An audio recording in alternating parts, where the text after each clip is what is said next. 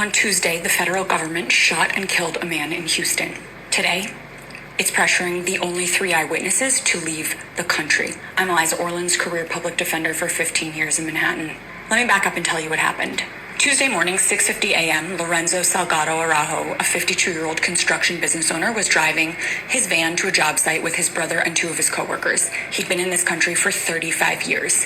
He put all 3 of his American citizen sons through college, no criminal record, and he was so far along in the process of getting legal status that he'd already submitted his fingerprints.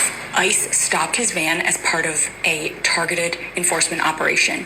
The agency says, as they've said many times when murdering people in the streets, he rammed their vehicle, ignored commands, and tried to run over an agent, and that the officer shot him in self-defense. Lorenzo was hit in the abdomen. He later died. 15 years in criminal courtrooms taught me something. A law enforcement agency's first statement about its own shooting is a claim, and claims require evidence. DHS has released none.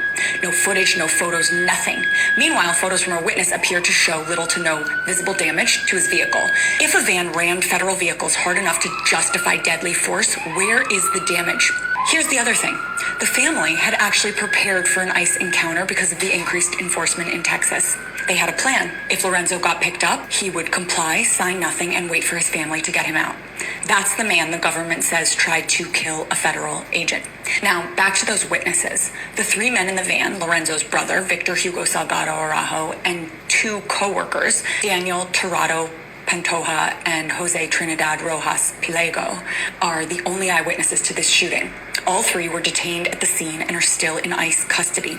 And according to the head of LULAC, that's the League of United Latin American Citizens, who's in direct contact with the families, immigration officials are pressuring them to sign self-deportation orders. As far as anyone knows, they don't even have lawyers. Criminal justice reporter Radley Balco put it this way: you pressure witnesses to self-deport when you want to make sure that nobody learns what actually happened. I spent 15 years watching prosecutors charge people with obstruction and witness tampering for far less than this.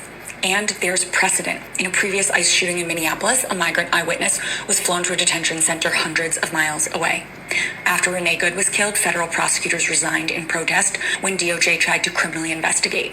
Which brings me to where things stand now. The FBI's local office is reportedly focused mainly on establishing that an assault on a federal officer occurred. The man who was murdered is the one being investigated. The shooter is not.